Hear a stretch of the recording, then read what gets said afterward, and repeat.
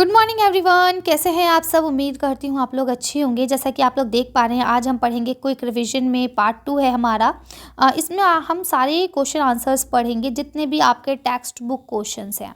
ठीक है, text book के सारे क्वेश्चंस हम लोग पढ़ने वाले हैं इसमें विद आंसर्स। ठीक है, तो और साथ ही साथ मैं आपको ये भी बताती चलूँगी कि कौन से क्वेश्चन आपके लिए इंपॉर्टेंट है, कौन से क्वेश्चन रिपीटेड है और कौन से क्वेश्चन की आने की पॉसिबिलिटी है।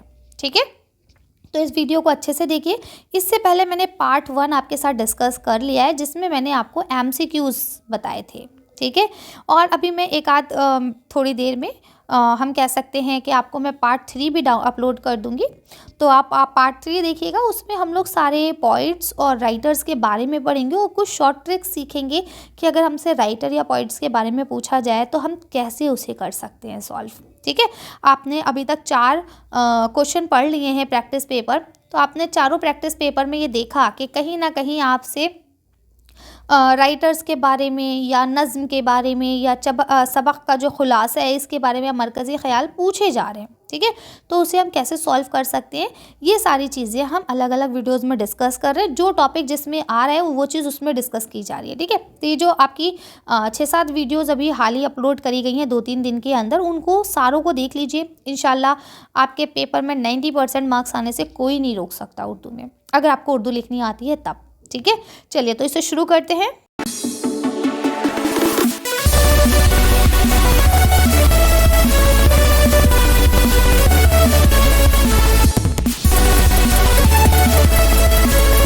अब देखिए, इसमें पहला जो चैप्टर है वो हम्द है। ठीक है, तो हम्द में आपकी जो नज़्म है, तो आपसे ये पूछ लिया जाता है कि भाई इसका मरकज़ी ख़याल बताइए। तो आप यहाँ से लिख सकते हैं कि भाई इस नज़्म का जो मरकज़ी ख़याल है वो ये लिखा है कि खुदा ने इस दुनिया में इंसान के लिए तरह तरह की चीज़ें बनाई हैं और बहुत सारी नेमतें अता की हैं। किसको? इंसान को। ठीक है, इंसान को उनकी कदर करनी चाहिए और अपने रब्बुल इज़्ज़त का शुक्रिया अदा करना चाहिए। ठीक है, तो ये इस नज़्म का क्या है? मरकज़ी ख़याल है कि अल्लाह पाक ने हमको किन किन नेमतों से नवाजा है। ठीक, चलिए तो अब हम क्या करते हैं, इसके सवाल देखते हैं। अब देखिए, कुछ सवाल जो इम्पॉर्टेंट थे वो मैं आपके साथ पहले ही शेयर कर चुकी हूँ सारे चैप्टर्स के, लेकिन अब हम यहाँ बात करते हैं, यहाँ हम एक वन शॉट रिवीजन करेंगे जिसमें हम सारे क्वेश्चंस को देखेंगे। ठीक है, तो अब देखिए, जैसे इसमें पहला सवाल लिखा है, शायर ने बेल बूटों को मिट्टी से गोया हुआ क्यों कहा है। ठीक, तो आप इसका जवाब यहाँ से लिखेंगे कि मिट्टी से पेड़ पौधे उगते हैं, है ना, और बेल बूटों पर क्या होता है, फल फूल भी लगते हैं। तो क्या है, इससे शायर ने खुदा की कुदरत को जाहिर करने की कोशिश की है कि यानी मिट्टी जिसे हम बिल्कुल हकीर चीज़ समझते हैं, उससे ही अल्लाह पाक ने इतनी अच्छी चीज़ को पैदा किया है। ठीक है, अगला सवाल देखिए, यहाँ लिखा हुआ है, सूरज को चश्मा क्यों कहा गया है। हर बार जब भी हम ये सवाल पढ़ते हैं मैं आपके साथ डिस्कस करती हूँ इस बात को कि चश्मे का मतलब होता है जहाँ से पानी का वो ज़मीन का वो हिस्सा जहाँ से पानी फूट के निकलता है। ठीक है, और जब पानी निकलता है तो वो सभी डायरेक्शंस में फैलता है, किसी एक सिमत में नहीं जाता है, वो सारे सिमतों में जाता है। ठीक है, तो सूरज का भी क्या होता है कि सूरज जब निकलता है तो वो सिर्फ ये नहीं कि नीचे रोशनी देगा, वो ऊपर भी देता है, वो साइड में भी देता है ना। तो इसलिए सूरज को क्या कहा गया है? चश्मा कहा गया है। ठीक, चलिए आगे आ जाइए। अगला सवाल लिखा है, चिड़िया खुदा की तस्बीह कैसे करती है, कैसे उसकी तस्बीह पढ़ती है, अल्लाह की इबादत कैसे करती है चिड़िया।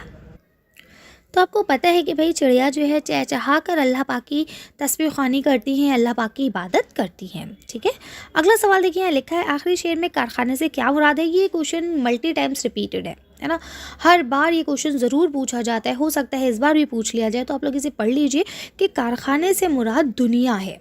ठीक है, अल्लाह पाक का ये जो अल्लाह पाक ने पूरी दुनिया बनाई है, ये क्या है? ये कारखाना है। ठीक है, चलिए तो ये थे आपके फर्स्ट चैप्टर के क्वेश्चन आंसर। अब हम लोग चलते हैं नेक्स्ट चैप्टर पर। अब यहाँ पे आपका सेकंड चैप्टर जो है वो बेतकल्लुफ़ी है। ठीक है, तो अब इसके सवाल जवाब अगर हम देखते हैं तो पहला जो सवाल है, बेतकल्लुफ़ी से क्या क्या परेशानियाँ होती हैं, ये सबसे इम्पॉर्टेंट है। ये अक्सर देखा जाता है कि क्वेश्चन में पूछा जाए, चाहे आपके प्री बोर्ड में आए चाहे आपके बोर्ड के एग्जाम्स में आए। तो इस क्वेश्चन को आप अच्छे से प्रिपेयर कर लीजिएगा कि भाई बेतकल्लुफ़ी से बहुत सारी परेशानियाँ हो सकती हैं, जिससे जो आपका बेतकल्लुफ़ दोस्त होगा ना, वो आपको दूसरों के सामने शर्मिंदा कर सकता है, किसी के सामने कुछ भी आपसे मांग सकता है। ठीक है, बदतमीज़ी भी कर सकता है, तो इसके लिए आपको शर्मिंदगी का सामना करना पड़ सकता है। तो ये इंपॉर्टेंट क्वेश्चन है, आप लोग इसे देख लीजिएगा। इसके बाद देखिए, लिखा है, थेकरे ने अपने एक किरदार की बेतकल्लुफ़ी का जिक्र किस तरह से किया है। ठीक है, तो ये देखिए, लिखा है, थेकरे ने अपने एक किरदार के मुतालिक ये बताया है कि जब वो अपने एक दोस्त के पास ठहरते तो जाते वक्त उनसे एक कमीज़ उधार लेकर जाते और कुछ दिन बाद वापस कर देंगे, ये कहते। ठीक है।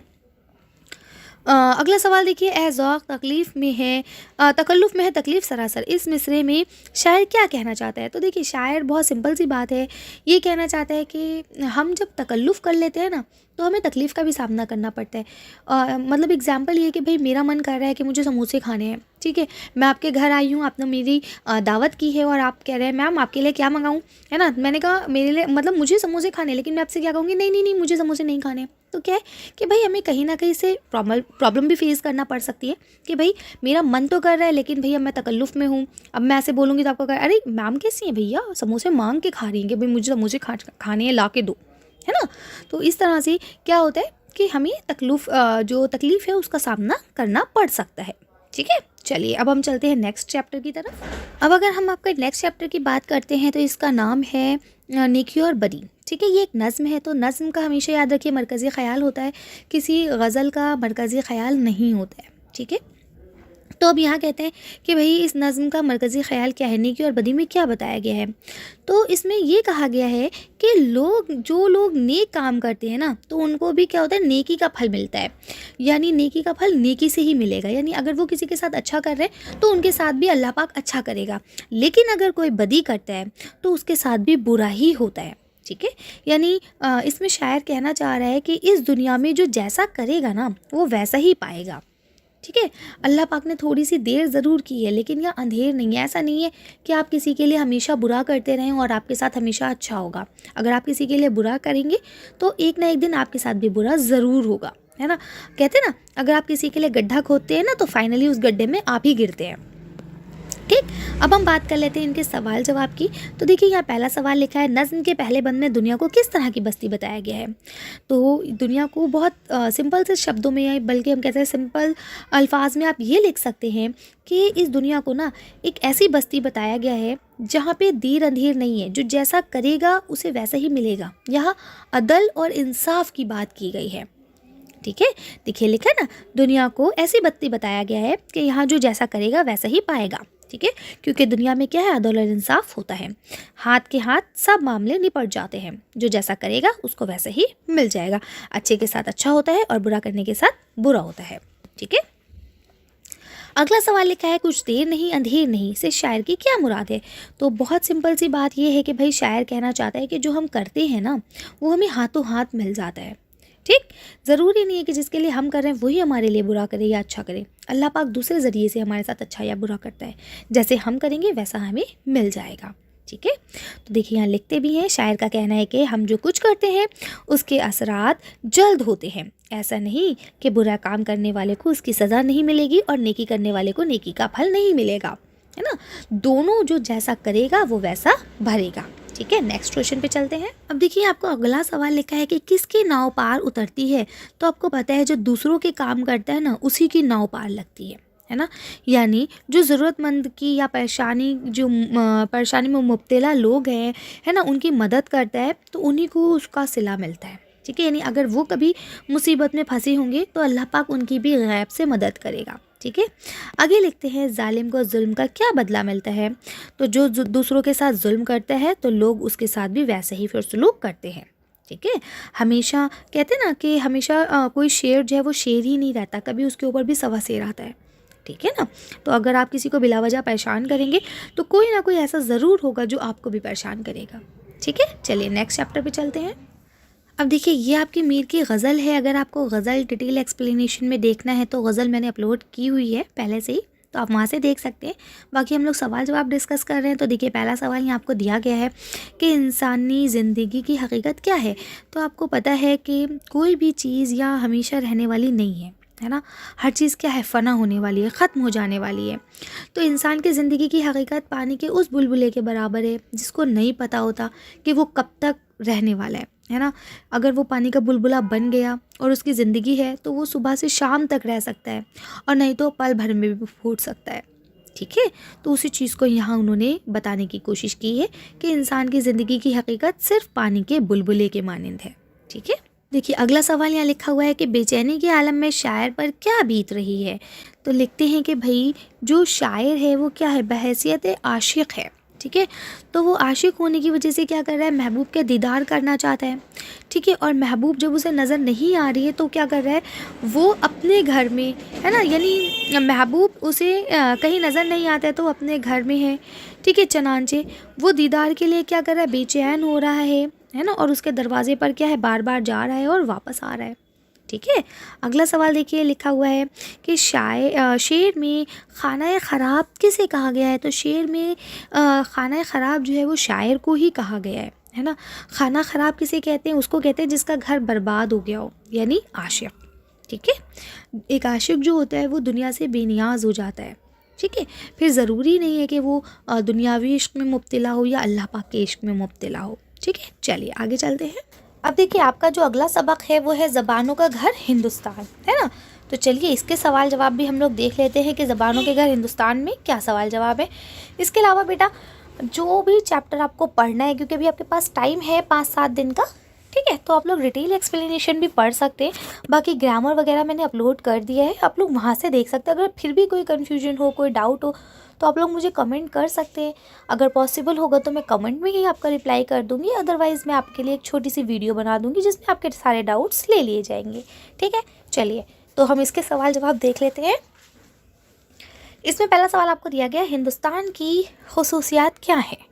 तो जो आपके सबक में दिए गए हैं उनको आप लिख सकते हैं कि भाई यहाँ पे बहुत सारे पेड़ हैं, है ना, पहाड़ हैं, नदियाँ हैं, रेगिस्तान हैं, बंजर ज़मीन भी है, ज़रख़ेज़ ज़मीन भी है, सब चीज़ें हैं, है ना। हर तरह के लोग यहाँ मिलते हैं, खूबसूरत बदसूरत, है ना। जंगलात हैं और तमाम तरह के जानवर हैं। तो ये हमारे हिंदुस्तान की खूबी है ना। यहाँ पे क्या है, डाइवर्सिटी बहुत ज़्यादा है।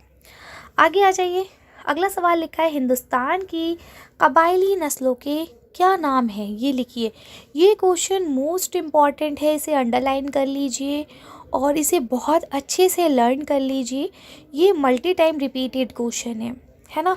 हर बार कहीं ना कहीं ये क्वेश्चन ज़रूर देखने को मिलता है, चाहे आपको एक लाइन में देखने को मिले, चाहे आपको एमसीक्यू में देखने को मिले, ये क्वेश्चन ज़रूर आता है, ठीक है। और हो सकता है इस बार भी आ जाए। देखिए कोई मैंने पेपर सेट तो किया नहीं है जो मैं आपको बिल्कुल श्योरिटी दे दूं किसी चीज़ की, लेकिन हाँ 99% मैं ये ज़रूर कह सकती हूँ कि ये क्वेश्चन बहुत बार रिपीट हुआ है। तो आप लोग इसे अच्छे से पढ़ के जाए, क्योंकि ये कबायली नस्लें हैं ना, इनका नाम थोड़ा मुश्किल है ना, कोल मंडा। तो अब ये याद रख पाना बहुत मुश्किल होता है, इसलिए मैं आपसे कह रही हूँ कि आप लोग इसे लिख लिख के देखेंगे और याद करेंगे, ठीक है। आगे आ जाइए। ये सवाल भी पिछले साल आया था कि द्राविड़ कौन सी ज़बानें बोलते थे, ठीक है। तो ये आप लिख लीजिएगा, द्राविड़ बोलते थे, तमिल और तेलुगु बोलते थे। संस्कृत किस ज़बान की शाख है, ये शायद पिछले साल प्री बोर्ड का क्वेश्चन था कि ये संस्कृत जो है वो जो आर्याई ज़बानें थी ना उनकी शाख है, ठीक है। तो आप इसे कर लेंगे। अब देखिए आपका अगला सवाल लिखा है, उत्तर भारत में कौन सी प्राकृत बोली जाती थी। तो उत्तर भारत में कौन सी बोली जाती थी, तो शोरसेनी बोली जाती थी, ठीक है। हिंद आर्याई ज़बानें कौन कौन सी हैं, तो बंगाली, मराठी, गुजराती, पंजाबी, सिंध, असामी, उड़िया, ये सब हिंद आर्याई ज़बानें हैं, ठीक है। उर्दू कहाँ पैदा हुई और किस ज़बान से निकली है, तो उत्तर भारत में यानी शुमाली हिंदुस्तान में जो प्राकृत बोली जाती थी जिसे हम शोरसेनी कहते थे, उससे ही उर्दू पैदा हुई है, ठीक है। तो ये था आपका चैप्टर हिंदुस्तान वाला, ज़बानों का घर हिंदुस्तान। चलिए अब नेक्स्ट चैप्टर पे चलते हैं। अब देखिए जो आपका अगला सवाल है ये है खुदा के नाम ख़त। इसमें आपको पहला सवाल दिया गया है, लैंशो ने बीबी से क्या कयास आराई की थी। तो उसने ये कयास आराई की थी कि आज बारिश होगी, ठीक है। अगला सवाल है, लैंशो बारिश में खेतों की तरफ क्यों देख रहा था, है ना, क्यों गया था वो। चलिए इसका जवाब देखते हैं कि आप यहाँ से लिख सकते हैं इसका जवाब कि भाई लैंशो बारिश में खेतों की तरफ इसलिए गया था कि वो बारिश से लुत्फ़अंदोज़ हो और बारिश से पैदा होने वाले तरंग को अपने तन मन में रवा देखे, है ना। यानी वो बहुत ज़्यादा एक्साइटेड था बारिश को लेके, लेकिन क्या हो गई थी, बारिश जो है वो ज़िलाबारी में बदल गई थी, है ना। फिर कहते हैं कि जो ज़िलाबारी होती है यानी जो ये ओले गिरते हैं इसके क्या नुकसानात होते हैं, ठीक है। तो क्या नुकसानात हुए थे कि दरख्तों के जो पत्ते थे वो टूट गए थे, है ना। जो गल्ले के खेत थे उन सब का क्या हो गया था, सत्यानाश हो गया था, है ना। मटर की बेल, पौधे, ये सब चीज़ें इनके क्या हो गए थे, फूल जो है वो टूट के बिखर गए थे, यानी सब तरफ बर्बादी हो गई थी। अगला सवाल, लैंशो ने खुदा के नाम खत में क्या लिखा था? तो उसने क्या कहा था? उन्होंने कहा था कि भाई मेरी कुछ मदद करो, है ना, नहीं तो मेरी पूरी फैमिली क्या हो जाएगी, फाकों से मर जाएगी। इस वक्त मेरे पास बिल्कुल पैसे नहीं है, तो आप क्या करें, 100 पेसूस मुझे भेज दें, जो वहाँ की करेंसी थी, है ना, जिसे आज हम रुपया भी बोल रहे हैं। ठीक है, कि 100 रुपये आप मुझे दे दें ताकि मैं अपनी फसल को दोबारा से उगा सकूं। ठीक है, अगले सवाल पे आ जाइए। यहाँ लिखा है, लैंशो ने लिफाफे पर क्या पता लिखा था? तो आपको पता है उसने लिखा था कि ये ख़त कहाँ मिले, खुदा को मिले। ठीक है, पोस्ट मास्टर ने लैंशो का ख़त पढ़ने के बाद क्या किया था? तो उसने क्या करा था, उसने उनकी अल्लाह पाक पर जो उसका यकीन है वो ना टूटे, इसके लिए जो डाक खाने के बाकी मुलाजिम थे उनसे चंदा किया था और सारी रकम खुद एक लिफाफे में करके लैंशो के घर पोस्ट कर दी थी, है ना, जिसमें 70 रुपये ही हो पाए थे। अच्छा, अगला सवाल देखिए, यहाँ लिखा हुआ है, लैंशो ने पहले ख़त का जवाब मिलने के बाद दूसरे ख़त में खुदा को क्या लिखा था? तो ये लिखा था कि जो आपने रकम भेजी थी, मतलब जो मैंने मांगी थी, मैंने 100 रुपये मांगे थे और मुझे सिर्फ 70 रुपये मिले हैं, तो बाकी की रकम भी जल्दी से जल्दी मुझे दें। ठीक है, और अब की बार डाक खाने से ना भेजें, क्योंकि मुझे ऐसा लगता है कि डाक खाने के जो लोग हैं वो क्या हैं, वो चोर हैं, बेईमान हैं, उन्होंने मेरी बाकी के 30 रुपये निकाल लिए हैं शायद, है ना। तो ये था आपका इस चैप्टर का सारा, हम कह सकते हैं एक शॉर्ट रिवीजन। ठीक है, इसके नेक्स्ट चैप्टर पे हम लोग चलते हैं। बाकी देखिए, मैं आपसे बार बार कह रही हूँ, कुछ भी आपको डिटेल एक्सप्लेनेशन चाहिए तो वो अपलोड है, आप लोग जाके वहाँ से देख सकते हैं। ठीक है, प्लेलिस्ट में डिस्क्रिप्शन में और कमेंट बॉक्स दोनों में डाल दूंगी, आप लोग वहाँ से देख लीजिएगा। अब देखिए, नेक्स्ट क्वेश्चन जो आपका है वो डॉक्टर भीमराव अम्बेडकर वाले चैप्टर से है। तो कहते हैं, डॉक्टर अम्बेडकर का पूरा नाम क्या था? ठीक है, और उनका ताल्लुक़ किस ख़ानदान से था? तो आपको पता है उनका पूरा क्या नाम था? उनका नाम था उनका नाम था भीमराव सतपाल, है ना। अम्बेडकर उन्होंने अपने टीचर की निस्बत से लगाया था। ठीक है, और उनका जो ताल्लुक़ था वो किस ख़ानदान से था? महार ख़ानदान से था। ठीक है, अगले सवाल पे आ जाइए। देखिए, यहाँ लिखा है, भीमराव के नाम में अम्बेडकर क्यों शामिल हुआ? अभी मैंने आपको बता दिया कि उन्होंने अपने उस्ताद के नाम से लगाया था, तो वो यहाँ से आप पढ़ लीजिएगा। इसके बाद यहाँ लिखा हुआ है, छुआछूत से मुल्क को क्या नुकसान पहुँचता है? तो आपको पता है कि इसका एक बड़ा तबका जो है ना, वो गरीबी का और जहालत का शिकार रह जाता है, क्योंकि उन तक उन सारे जो भी सहूलियतें हैं उनकी रसाई नहीं हो पाती है ना।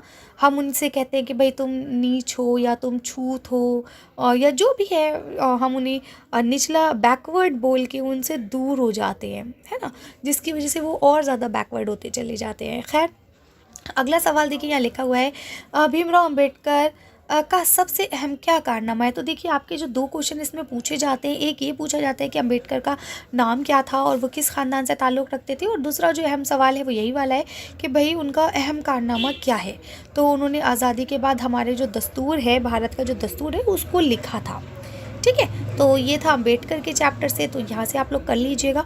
और बार बार मैं आपसे रिपीट कर रही हूँ कि आपको कोई भी शोरा के बारे में देखना है या जो भी आपको चैप्टर को डिटेल एक्सप्लेन में देखना है, तो वो सब अपलोड है, आप लोग वहाँ से देख सकते हैं। काफ़ी चीज़ों के लिंक मैं डिस्क्रिप्शन में भी डाल देती हूँ, वहाँ से आप लोग देख लीजिएगा। इसके अलावा एक अलग से प्लेलिस्ट बनाई गई थी लास्ट ईयर, जिसमें हमने 10th के बोर्ड एग्ज़ाम्स के लिए ही उस प्लेलिस्ट को बनाया था, कि बोर्ड एग्ज़ाम में जो जो चीज़ें आएंगी वो वहाँ आपको मिल जाएगा। ठीक है, तो आप जाके एक बार उस प्लेलिस्ट को देख लीजिए। अगर फिर भी कोई डाउट कन्फ्यूजन हो तो आप लोग मुझे कमेंट कीजिए, मैं पूरी कोशिश करूँगी कि जल्द से जल्द आपकी प्रॉब्लम को सॉल्व किया जाए। आपका अगला चैप्टर है, ये आपका आदमी की कहानी से लिया गया है। ठीक है, तो इसका पहला सवाल क्या लिखा है कि भाई ज़मीन से बड़े जो आग के गोले हैं वो कौन कौन से हैं? ठीक है, तो लिखते हैं, ज़मीन से बड़े लाखों करोड़ों आग के गोले आसमान पर चक्कर क्या करते हैं, लगाते हुए दिखाई देते हैं, है ना, गोल गोल चक्कर करते रहते हैं, चमकते हुए तारे, सूरज, ये सब भी इसी तरह के आग के गोले हैं। आगे लिखते हैं, ज़मीन की बनावट से ज़मीन की उम्र का अंदाज़ा किस तरह लगाया जा सकता है? तो जवाब देखिए, लिखते हैं, जब दुनिया सर्द पड़ गई तो जो ज़्यादा ठोस हिस्सा था वो चट्टान बन गया। साइंसदान चट्टानों और धातुओं से हिसाब लगा सकते हैं कि ज़मीन की उम्र क्या है। ठीक है, यानी ज़मीन कितनी पुरानी है, ये इस चीज़ से अंदाज़ा लगा सकते हैं। अगला सवाल लिखा है, ज़मीन पर मुख्तलिफ जानदारों की नशो नुमा कैसी होती है, तो जो भी जानदार हैं ज़मीन पर तो उनकी नशो नुमा कैसी होती है, यानी वो पलते बढ़ते कैसे हैं, तरक्की कैसे पाते हैं। तो आपको पता है कि भाई समंदर है, समंदर हमें पानी देता है, ज़मीन है जो पेड़ पौधे ये सारी चीज़ें है ना, ये सारी धीरे धीरे चीज़ें पैदा होती गई और तरक्की पाती गई। ठीक है, वैसे ये क्वेश्चन आपके पेपर में बहुत रेयर ही देखने को मिलता है क्योंकि काफ़ी लेंथी हो जाता है ना। पेपर में आपके छोटे छोटे क्वेश्चंस आते हैं कि आप जल्दी से जल्दी कर पाएँ, और वैसे भी आपके 2 मार्क्स के ही रहते हैं जनरली क्वेश्चन, तो ज़्यादा लेंथी क्वेश्चन आते नहीं हैं। ठीक है, फिर भी आप पढ़ के जाएंगे तो आप इसका आंसर लिख लेंगे। अगला सवाल देखिए, लिखा है दूध पिलाने वाले जानवरों और जानवर बड़े बड़े बेडौल जानवरों से ज़्यादा सख्त जान क्यों निकले। तो क्यों निकले, तो देखिए यहाँ आपको लिखा है क्योंकि ये जानवर इसलिए सख्त जान थे कि दुनिया की मुसीबतों को झेल गए, है ना, और इनके जिस्मों में ऐसी तब्दीलियाँ होती रहीं कि वो मौसम की सख्तियों को अच्छी तरह बर्दाश्त कर सके और दूसरे जानवरों से अपनी जान भी बचा सके। ठीक है, चलिए आगे आ जाइए। अगला सवाल लिखा है, ज़मीन के बर्फस्तान बन जाने पर जानदारों का क्या हाल हुआ। ठीक है, तो लिखते हैं जब ज़मीन बर्फ़ में बदल गई थी तो उन सब का हाल क्या हो गया था, बुरा हाल हो गया था, है ना। वो बर्फ़ में दबकर मर गए थे। उनमें कुछ की हड्डियाँ दूसरे जानवरों की हड्डियों के साथ दफन हो गई थी। ठीक है, और अब ज़मीन के अंदर क्या है, बहुत ज़्यादा अंदर तक दब चुकी हैं वो लोग। ठीक है, चलिए आगे आ जाते हैं। अगला सवाल देखिए, लिखा है आग जलाना सीखने के बाद इंसानी ज़िंदगी में क्या तब्दीली हुई। तो देखिए जब इंसान ने आग जलाना सीख ली तो देखिए खाना भी वो पका के खाने लगा, सर्दी के मौसम में अपने आप को बचा सकता था, है ना, जानवरों से अपने आप को बचा सकता था क्योंकि जानवर जो है वो आग से डरते हैं। ठीक है, तो बहुत सारी चीज़ें हैं जो आप लिख सकते हैं, बाकी आंसर आपके सामने है, आप लोग देख सकते हैं। अब देखिए ये आपका अगला सबक जो है ये गालिब की गज़ल है। ठीक है, तो इसमें पहला सवाल लिखा है, कोई सूरत नज़र नहीं आती से क्या मुराद है। देखिए सूरत का मतलब सिर्फ चेहरा नहीं होता है, सूरत का मतलब कभी कदार क्या होता है कि कोई तरकीब, कोई आइडिया, कोई रास्ता, है ना, यानी किसी मसले का कोई हल हमें दिख ही नहीं रहा है कि इसको कैसे सॉल्व करें, है ना, कोई तरकीब सूझ ही नहीं रही है हमें। ठीक है, तो उसको कह रहे हैं कि भाई हमें कोई ऐसी मुश्किल हमारे सामने पेश आ गई जिसकी हमें जिसका सॉल्यूशन हमें नहीं मिल पा रहा है ना, कि हम उसे कैसे सॉल्व करें, इसके लिए कोई हमें पैटर्न, कोई सॉल्यूशन नहीं मिल रहा है। ठीक है, इसी को ही गालिब ने कहा है कि कोई सूरत नज़र नहीं आती। ठीक है, यानी हम बच सकें या अपने मकसद में कामयाब हो सकें। ठीक है ना, क्योंकि अगर इसका दूसरा मिसरा पढ़ेंगे तो आपको बात और क्लियर हो जाएगी। बाकी मैं आपसे बार बार कह रही हूँ ये गज़ल वगैरह डिटेल में एक्सप्लेन करके कि किस में क्या सनत है, किस में किस चीज़ का इस्तेमाल किया गया है ना, सारी चीज़ें अपलोड हैं, आप लोग एक बार देख लेंगे तो एग्ज़ाम आपका और अच्छे से हो जाएगा क्योंकि 10th क्लास के मार्क्स हमेशा सबसे आगे रहते हैं, है ना। तो अपना बेस्ट दीजिए, और उर्दू वैसे भी आपकी परसेंटेज को हाई करने में मदद करती है। अगर आप उर्दू में बहुत अच्छा करके आते हैं तो कहीं ना कहीं टोटल नंबर में आपकी परसेंटेज बहुत हाई कर देता है उर्दू। ठीक है, तो इसलिए थोड़ा आप इस पे अच्छे से फोकस करें। अगला लिखा है, दूसरे शेर का मफ़हूम बयान कीजिए। अब अगर आपने दूसरा शेर पढ़ा होगा तो आप उसका मफ़हूम बयान कर सकते हैं, अगर नहीं पढ़ा है तो एग्ज़ाम में आपको बाकायदा शेर लिख के दिया जाएगा और फिर कहा जाएगा कि इस शेर का मफ़हूम बयान कीजिए। ठीक है, तो देखिए यहाँ लिखते हैं, इसका मफ़हूम ये है कि मौत का एक वक्त मुकर्रर है, यानी इंसान पैदा भी नहीं होता है उससे पहले ही अल्लाह पाक ये लिख देता है कि वो इंसान मरेगा कब, है ना। लेकिन हमें इसी कश्मोकश में, हम कह सकते हैं इसी टेंशन में रात भर नींद ही नहीं आती है कि कहीं ऐसा ना हो कि हम सोएं और सोते ही रह जाएं, है ना। तो कहने का मतलब ये है कि मौत का एक दिन तय है, मुकर्रर है, उसके बावजूद हमें नींद क्यों नहीं आ रही, यानी हम चैन से क्यों नहीं जी रहे हैं। जितना अल्लाह पाक ने ज़िंदगी जी दी है उतनी तो अच्छे से जी लें, है ना। क्या मौत की फ़िक्र करके हम जो अल्लाह पाक ने ज़िंदगी दी है उसको भी ज़ाया कर रहे हैं। ठीक है, चलिए आगे चलते हैं। तो इसका पूरा आप लोग लिख लीजिएगा। इसके बाद लास्ट सवाल देखिए, लिखा है काबा जाने से शायर को शर्म क्यों आ रही है। तो इसलिए शर्म आ रही है कि जो चीज़ें अल्लाह पाक ने मना की हैं शायर वो सारी चीज़ें कर रहा है ना। गालिब शराब भी पीते थे, जुआ भी खेलते थे, A to Z सारी हरकतें उनके अंदर थी। तो कहते हैं कि भाई जब अल्लाह पाक के बताए हुए रास्ते पे तुम नहीं चल सकते तो जाहिर सी बात है ना, अल्लाह पाक के सामने खड़े होने में तुम्हें शर्म आएगी कि अल्लाह पाक ने जो चीज़ मना करी है वो सारे फेल तो हम कर रहे हैं, है ना। तो इसीलिए यहाँ पे बात कहते हैं कि काबा किस मुंह से जाओगे गालिब, शर्म तुमको मगर नहीं आती। ठीक है, चलिए नेक्स्ट चैप्टर पे चलते हैं। अब देखिए ये आपका अगला सवाल जो है ये आपका सबक है इंटरनेट वाला, है ना। तो ये यहाँ से लिया गया। अब आप इसको देख लीजिएगा, इसके क्वेश्चन काफ़ी लंबे हैं और पेपर में बहुत कम से ही देखने को मिलते हैं, ठीक है। लेकिन जैसे अब ये वाला क्वेश्चन जो आपको दूसरा वाला सवाल है कि भाई इंटरनेट किस तरह काम करता है, ये क्वेश्चन शॉर्ट नोट में अक्सर आ जाता है कि भाई थोड़ा सा आप लिखिए इसके बारे में। तो आप ये सारी चीज़ें जानते हैं कि इंटरनेट क्या है और किस तरह से काम करता है। बाकी आंसर आपके सामने है, आप लोग यहाँ से पढ़ सकते हैं और लिख सकते हैं, ठीक है। इसमें अगला सवाल देखिए, आपको लिखा है ईमेल भेजने का क्या तरीका है। वैसे इतने लेंथी क्वेश्चन बेटा मैंने देखे तो नहीं हैं कभी पेपर में, लेकिन फिर भी आप लोगों को एक बार पढ़ लीजिएगा। कभी आप कहेंगे मैम ने मना करा था इसलिए हम नहीं पढ़ के गए, ठीक है। ये क्वेश्चन आप एक बार देख लीजिएगा कि मॉडर्न किसे कहते हैं, ठीक है। ये सारे आंसर आपके सामने। अब मैं इसे डिटेल में नहीं समझाऊंगी क्योंकि यहाँ पे बहुत सारी चीज़ें हैं, फिर आप बीच बीच में अल्फाज आएंगे तो फिर आप कहेंगे मैम इसको डिटेल कीजिए। तो इस सार पूरे चैप्टर को मैंने डिटेल एक्सप्लेनेशन के साथ समझा रखा है। अगर आपको देखना है तो आप वहाँ जाके देख लीजिए एक बार, ठीक है। ठीक है, इस चैप्टर के सारे ही क्वेश्चन ऑलमोस्ट लेंथी हैं, ठीक है। अब आप लोग इसे देख लीजिएगा। हाँ, ये क्वेश्चन पूछा जा सकता है कि भाई इंटरनेट से तुलबा को क्या फ़ायदा है। तो तुलबा को ये फ़ायदा है कि भाई आपको आसानी से बहुत सारी किताबें अवेलेबल हो जाती हैं, है ना, जिसके लिए आपको कहीं जाने की ज़रूरत नहीं पड़ती है। और भी बहुत सारी चीज़ें हैं कि कोई भी टॉपिक आप एक सेकंड में देख सकते हैं, कोई वर्ड है उसका मीनिंग आप देख सकते हैं, कैलकुलेशन, ये सारी चीज़ें बहुत जल्दी जल्दी आप कर सकते हैं, अपनी चीज़ों को महफूज रख सकते हैं, ठीक है। तो ये था आपका इंटरनेट चैप्टर। अब चलते हैं नेक्स्ट चैप्टर की तरफ। देखिए बेटा, जो चैप्टर बीच में नहीं आ रहे हैं उन सबको हटा दिया गया है। अभी आपका अगला सबक जो है ये इकबाल की नज़्म है पहाड़ और गिलहरी। और नज़्म का आपको पता है कि भाई मरकज़ी ख़याल होता है, और आप लोग ने कमेंट भी किया है कि मैम मरकज़ी ख़याल कराइए। तो देखिए जितनी भी नज़में आपके चैप्टर में हैं, मतलब सिलेबस में शामिल हैं, सबके मैंने मरकज़ी ख़याल करवा दिए हैं। एक बार इस वीडियो को आप शुरू से देख लीजिए अगर आपने नहीं देखा हो तो, ठीक है। अब देखिए यहाँ पे आपका जो अगला है नज़्म, ये आपकी नज़्म है इकबाल की पहाड़ और गिलहरी। तो इस नज़्म का अगर हम मरकज़ी ख़याल की बात करें तो कहते हैं इकबाल ने अपनी नज़्म एक पहाड़ और गिलहरी में दोनों के मुकालमों को पेश किया है। मुकालमा मतलब होता है दोनों का बात करने का अंदाज़, है ना, दोनों के डायलॉग्स को पेश किया है और ये बताने की कोशिश की है कि इस कायनात में हर शय अपनी जगह अहम है। यानी छोटी से छोटी चीज़, बड़ी से बड़ी चीज़, सबकी अहमियत है ना। आप ये नहीं कह सकते कि अरे ये तो बहुत बड़ी है बेकार है, या ये बहुत छोटी है इसलिए बेकार है, ठीक है। कोई भी चीज़ छोटी हो या बड़ी हो, हर चीज़ की अहमियत और अफादियत है। कुदरत के इस कारखाने में ना तो कोई चीज़ निकम्मी है यानी बेकार है, और ना ही कोई चीज़ बड़ी है।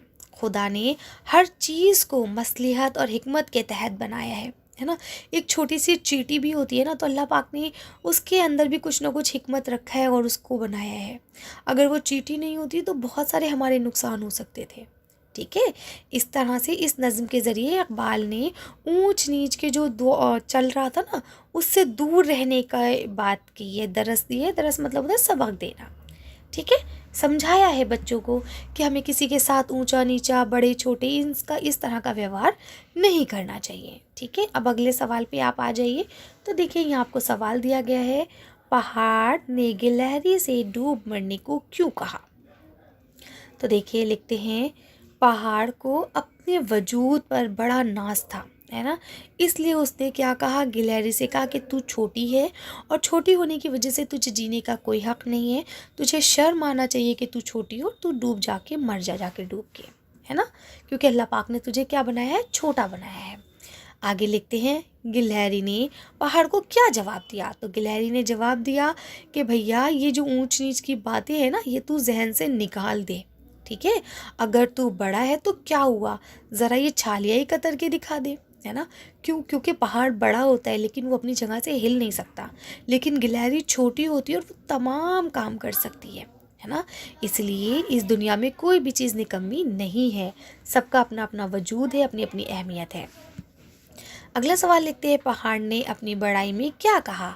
तो पहाड़ ने अपनी बड़ाई में ये कहा था कि भाई मैं इतना लंबा चौड़ा आलीशान, खुदा की शान है ना, कि मैं कितना बड़ा हूँ, ठीक है। और देखो ये लिखा है ना, यहाँ देखिए लिखा है, पहाड़ ने कहा कि मेरे आगे तो क्या ज़मीन भी की कोई हैसियत नहीं रखती, है ना। ये तो खुदा की शान है कि बेहकीकत चीज़ों को भी क्या कर दिया उसने, मौका दे दिया है, वरना तू कहाँ और मैं कहाँ, है ना, यानी उसने अपनी बड़ाई करी थी और किसकी बुराई करी थी, गिलहरी की। अगला सवाल देखिए, लिखा है किन बातों से खुदा की कुदरत का पता चलता है। तो दुनिया की छोटी बड़ी हर चीज़ को देखकर खुदा की कुदरत का पता चलता है ना, कि अल्लाह पाक ने कैसे तमाम चीज़ों को बनाया है। सब एक दूसरे से जुदा है, सबका अलग अलग अहमियत है। अगला सवाल देखिए, लिखा है गिलहरी ऐसा कौन सा काम कर सकती है जो पहाड़ के बस में नहीं है ना। तो गिलहरी अपने दांतों से क्या कर सकती है, छालियाँ कुतर सकती है, चीज़ों को काट सकती है ना, इधर उधर जा सकती है, जबकि पहाड़ अपनी जगह पे ही रहेगा, वो ये सब चीज़ें नहीं कर सकता। अब देखिए, ये आपका सबक है रज़िया सुल्तान का। तो लिखते हैं रज़िया सुल्तान की खूबियाँ क्या थी। तो आपको पता है वो मेहनती थी, होशियार थी, है ना, ज़हीन थी। ठीक, तो ये आपसे देख लेंगे आप लोग। अगर लिखा है रुकुनुद्दीन किसका बेटा था और उसे किसने मारा था। तो यहाँ देखिए लिखे हैं कि रुकुनुद्दीन जो थे वो अल्तमिश के बड़े बेटे थे, है ना, और उन्हें किसने मारा था, तुर्कों ने मार दिया था। जो अल्तमिश थे बादशाह, उनकी वसीयत क्या थी। तो उनकी वसीयत ये थी कि मेरे मरने के बाद मेरी बेटी को शहज़ादी बनाया जाए, ना कि बेटों को, है ना, यानी रज़िया सुल्तान को दिल्ली की हुकूमत दे दी जाए। अगला सवाल देखिए, लिखा है तख्त नशीनी के बाद रज़िया ने क्या अहद किया था। तो उन्होंने अहद किया था कि मैं अवाम की भलाई और सल्तनत की तरक्की के लिए काम करती रहूँगी, है ना, और उस वक्त तक चैन से नहीं बैठूंगी जब तक ये साबित ना कर दूँ कि मैं भी मर्दों से कम नहीं हूँ। अगला सवाल लिखा है रज़िया ने मीर आखोर का ओहद किसे दिया था। तो किसे दिया था, तो यहाँ पे आपको लिखा है एक हबशी गुलाम याकूत थे, उनको दिया था। रज़िया की फ़ौज का मुकाबला किससे हुआ था। तो रज़िया की फ़ौज का जो मुकाबला था वो तूनिया की फ़ौज से हुआ था। ठीक है, इसके बाद लास्ट सवाल आपका, ये अक्सर पेपर में पूछा गया है कि रज़िया सुल्तान ने कितने बरस हुकूमत की थी। तो 3.5 बरस हुकूमत की थी। ये टिक मार्क में भी पूछा जाता है और वन वर्ड में भी पूछा जाता है, तो इसे अच्छे से याद कर लीजिएगा। और एक क्वेश्चन और भी पूछा जाता है कि रज़िया की शादी किससे हुई थी। ठीक है, तो वो आप सबक से एक बार देख लीजिएगा। अब देखिए, ये आपका काट के घोड़े के सबक से लिया गया है। तो लिखा है बंदू को काट का घोड़ा क्यों कहा गया है। तो बंदू अपनी ज़िंदगी में कुछ ना कर सका और वो नाकाम रहा, इसलिए उसे काट का घोड़ा कहा गया है। ठीक है, अगला सवाल देखिए, लिखा है बंदू की सुस्त रफ्तारी का असर किन किन लोगों पर हुआ। तो आप यहाँ से देख पा रहे हैं कि किन किन लोगों के ऊपर हुआ था। ठीक है, अगला सवाल देखिए, यहाँ लिखा हुआ है, मतलब देखिए आप पढ़ लेंगे ना, कि इंजीनियरों पे, फौजियों पर, औरतों पे, कॉलेज स्कूल के बच्चों पर। ठीक है, ये सब आप देख लीजिएगा। लिखते हैं वज़ीर की बेचैनी का सबब क्या था। तो वज़ीर को एक गैर मुल्की वफ़द से मुलाकात करनी थी। ठीक है, और उसे देर हो जाने की वजह से उसे बेचैनी हो रही थी कि मतलब मुझे जल्दी से जाना है और टाइम का पंचुअल होना है, लेकिन ये तो कहीं ना कहीं मुझे देर करवा रहा है। आगे लिखा है कारोबार के लिए पल के मायने लाखों के घाटे के क्यों होते हैं। तो ऐसा इसलिए होता है बेटा, क्योंकि ज़रा सी देर से भी क्या होता है, तमाम लोगों का नुकसान हो सकता है। तो इसलिए अगर 1 सेकंड का भी देरी होती है ना, तो लाखों करोड़ों रुपए का नुकसान हो सकता है। ठीक है, आगे देखिए, लिखा है चंदू के बारे में बंदू के जहन में क्या ख्याल आया। तो देखिए यहाँ लिखा है चंदू के बारे में बंदू ने सोचा कि बड़ा होने के बाद चंदू को भी इसी तरह कांट का घोड़ा बनना पड़ेगा, उसे भी इसी तरह ठेला खींचना होगा। अगला सवाल लिखा है ठीक है, तो यहाँ लिखा हुआ है पैरों में पहिया लगवाने से बंदू की क्या मुराद थी। तो पैरों में पहिया लगवाने से बंदू की मुराद ये थी कि ज़िंदगी की तेज़ रफ्तारी, यानी ज़िंदगी में तरक्की करना। अब देखिए, ये आपकी एक नज़्म है, ए शरीफ इंसानों। ठीक है, तो ये उसका मरकज़ी ख़्याल है। तो लिखते हैं कि इस नज़्म में शायर ने अमन आलम को मौजू बनाया है और बताया है कि जंग किसी भी मसले का हल नहीं है, बल्कि जंग तो ढेर सारे मसले ख़ुद पैदा करती है ना। जब जंग होती है तो कितने मसाइल पैदा हो जाते हैं, ये आप सब भी जानते हैं, है ना। अभी हमारे सामने ही सारे मामलात पेश आ चुके हैं, हम लोग देख रहे हैं चीज़ें, है ना, न्यूज़ से और हम कह सकते हैं यूट्यूब से सारी चीज़ें हम लोग देख पाते हैं। तो लिखते हैं इसलिए जहाँ तक मुमकिन हो जंग से गुरेज ही करना चाहिए। गुरेज करना मतलब होता है परहेज़ करना, जंग से बच के रहना। ठीक है, जंग मशरक़ में हो या मगरिब में हो, इससे अमन आलम मजरूह होता है। यानी जंग कहीं पे भी हो, ज़रूरी नहीं है कि इंडिया में जंग होगी तो ही हम परेशान होंगे। जंग कहीं पे भी हो हम परेशान होंगे ही होंगे, है ना। चाहे डायरेक्ट असर पड़े चाहे इनडायरेक्ट असर पड़े, सबके ऊपर असर पड़ता है। ठीक है, जंग से कोई हल नहीं निकलता, बल्कि जंग तो बेशुमार मसले खुद लेकर आती। इसलिए जहाँ तक हो सके जंग को टालना जाए तो ही बेहतर होगा। ठीक है, ये चीज़ इस नस्म में बताई गई है। चलिए अब हम इसके सवालात देखते हैं। अब देखिए इसमें पहला सवाल लिखा है रूहे तामीर के ज़ख्म खाने से शायर की क्या मुराद है। तो देखिए लिखते हैं जंग से मतलब हर तरफ क्या हो जाता है, ख़राबी पैदा हो जाती है ना। तो ये क्या है, जो तामीर की क्या है ज़िद है, यानी जंग से रूह को क्या होता है ज़ख्मी कर देती है ना। सैकड़ों, अब देखिए सिर्फ रूह ज़ख्मी होने का मतलब ये नहीं है कि हमें चोट लगेगी। रूह ज़ख्मी होने का मतलब ये है कि मतलब बहुत सारी ऐसी चीज़ें होती है जो हम लोग को मेंटली इफ़ेक्ट करती हैं, है ना। तो उसकी वजह से भी हम क्या होते हैं, परेशान हो जाते हैं। अगला सवाल देखिए लिखा है धरती की कोख बांझ होने से क्या मुराद है। तो देखिए कोख धरती की बांझ होने का मतलब ये है कि भाई दुनिया में जो ज़मीन पे लोग रह रहे हैं वो सब क्या हो जाएंगे, मरते हैं लोग, है ना। तो इससे क्या होता है कि धरती की कोख जो है वो बांझ होती है। और उसके अलावा भी जो बम गिरते हैं, जो गोलियां गिरती हैं, वो कहाँ गिरती है, मिट्टी पे गिरती है, जिससे मिट्टी का जो उपजाऊपन है, जो ज़रख़ेज़पन है, वो क्या हो जाता है, वो सब भी बंजर हो जाता है। तो इस लिहाज से भी धरती की गोद क्या हो जाती है, बांझ हो जाती है। फिर उस पर कभी सब्ज़ा नहीं खिल पाता, या खिलेगा भी तो बहुत लंबे वक्त के बाद। ठीक है, अगला सवाल लिखा है शायर ने जंग को अमन आलम का खून क्यों कहा है।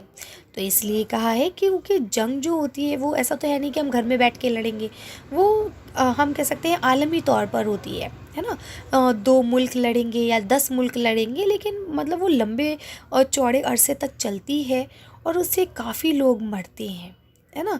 बहुत सारे लोग घर से बेघर हो जाते हैं। तो क्या होता है, हर तरफ डर का, खौफ का माहौल होता है। तो कहीं ना कहीं जो पूरे आलम के अंदर सुकून है वो क्या हो जाता है, वो सब डिस्टर्ब हो जाता है। ठीक है, अब ये आपका अगला सबक है। इसमें लिखते हैं वज़ीर अली के कारनामे सुनकर किसके कारनामे याद आते हैं। तो आपको पता है किसके आते हैं, बर्नार्ड शॉ के, नहीं रॉबिन हुड के, सॉरी, है ना, रॉबिन हुड के। अब लिखा है सादत अली को अंग्रेज़ों ने अवध के तख्त पर क्यों बैठाया था। तो सादत अली आसिफुद्दौला के भाई थे, ठीक है, और अंग्रेज़ों के क्या थे, दोस्त थे, इसीलिए उन्हें वहाँ पे बैठाल दिया गया था। ठीक है, अगले सवाल पे आ जाइए। यहाँ लिखा है सादत अली कैसा आदमी था। तो वो ऐश परस्त आदमी था, नाकारा था बिल्कुल। कर्नल से कारतूस मांगने वाला घुड़सवार कौन था। तो आपको पता है कर्नल से जो कारतूस मांगने वाले थे वो वज़ीर आला थे। ठीक है, अब देखिए ये आपका आखिरी सबक है जिसका नाम है कदम बढ़ाओ दोस्तों। तो हम कह सकते हैं इसका कोई ख़ास मरकज़ी ख़्याल नहीं है, बस इसका मरकज़ी ख़्याल इतना सा है कि भाई हमेशा तरक्की की तरफ बढ़ो, मिलजुल कर बढ़ो, है ना, एक दूसरे की मदद करो, कामयाबी के रास्तों पर चलो और कामयाबी को हासिल करो। ठीक है, तो अब अगर हम इसके पहले सवाल के जवाब को देखें तो लिखते हैं कि कदम बढ़ाओ दोस्तों से शायर की क्या मुराद है। तो देखिए बिल्कुल सिंपल वही बात जो मैंने भी आपको बताई कि अपने वतन की तरक्की के लिए, फ़लाह के लिए काम करो, आगे बढ़ो, है ना। परेशानियों का डट कर सामना करो, कभी डरो मत। ठीक है, यही इसका जवाब है। अगले सवाल पे आ जाइए। देखिए यहाँ लिखा है पहाड़ और गार को निगाह में ना लाने का क्या मतलब है। तो देखिए पहाड़ और गार जो है ना, ये बहुत बड़े तौर पर माने जाते हैं, है ना। ये रुकावट की अलामत है ना। कहते अरे उसके रास्ते में तो पहाड़ आ गए, यानी पहाड़ रियल में पहाड़ नहीं आए, यानी वहाँ पे कुछ ऐसी मुश्किलें आ गई जिसे वो बेचारा फेस नहीं कर पा रहा है या कर पा रही है। ठीक है, लेकिन यहाँ कहते हैं कि उन्हें नज़र में नहीं लाना है। नज़र में नहीं लाने का मतलब ये होता है कि उनको, अगर तुम्हारे रास्ते में कोई रुकावटें, कोई परेशानियाँ आ रही है ना, तो उनका डट कर मुकाबला करो और उनको बिल्कुल हवा की मानिंद उड़ा दो फूंक मार के, है ना। उनसे डरने की या उनसे घबराने की या उनसे डर कर हार मानने की आपको कोई ज़रूरत नहीं है। ठीक है, अगला देखिए यहाँ लिखा है। बाकी देखिए आंसर यहाँ आप लोग पढ़ सकते हैं, देख सकते हैं और लिख भी सकते हैं। ठीक है, अब मैं अगर बिल्कुल डिटेल एक्सप्लेनेशन करूँगी तो बहुत लंबी वीडियो हो जाएगी। खैर, अब देखिए यहाँ लिखा है इस नज़्म के ज़रिए शायर ने क्या पैगाम दिया है। तो देखिए इस नज़्म में बस यही बात कही गई है कि अपने वतन से प्यार करो, वतन परस्ती करो, है ना। वतन की तरक्की के लिए काम करो, कुछ ऐसा मत करो जिससे हमारे वतन की बदनामी हो या हमारे वतन के ऊपर कोई उंगली उठाए, ठीक है ना। तो हमेशा अपने वतन की और अपनी तरक्की, देखिए जब आप अपनी वतन की तरक्की सोचेंगे ना तो कहीं ना कहीं उसमें आपकी तरक्की अपने आप हो जाएगी, और अगर आप अपनी तरक्की सोच रहे हैं तो कहीं ना कहीं वतन की तरक्की भी आप कर रहे हैं, ठीक है। लेकिन कभी भी हम कहते हैं ना, इस तरह से हमें नहीं करना है कि लालची होके हम काम करें, ठीक है। बिल्कुल फ्री होके काम करना है, और अगर हमें लगता है कि किसी को हमारी मदद की ज़रूरत है तो हमें उसकी मदद करनी चाहिए, बिना लालच, बिना गर्ज, ठीक है। चलिए, तो ये था आपका वन शॉट रिवीजन। उम्मीद करती हूँ कि स्पीड वगैरह नॉर्मल रही होगी। अगर आप स्पीड बढ़ाकर देखना चाहें तो भी आप देख सकते हैं, सेटिंग में जाकर 2x कर सकते हैं, स्पीड को बढ़ा के भी देख सकते हैं। अब भी अगर कोई डाउट, कोई कन्फ्यूजन हो तो आप लोग मुझे कमेंट कर सकते हैं। बाकी सारी चीज़ें आपको डिटेल के साथ पढ़ाई जा चुकी हैं, प्ले लिस्ट में जाएँ, उन्हें देखें। Previous question paper, pre board के, बोर्ड के, वो सब भी बहुत पहले अपलोड किए जा चुके थे। आप लोग अगर चाहें तो वो भी देख सकते हैं। चलिए, मिलते हैं नेक्स्ट वीडियो में। आप लोग अच्छे से पेपर कीजिएगा, ऑल द बेस्ट। और पेपर करने के बाद कमेंट ज़रूर कीजिएगा कि आपका पेपर कैसा रहा।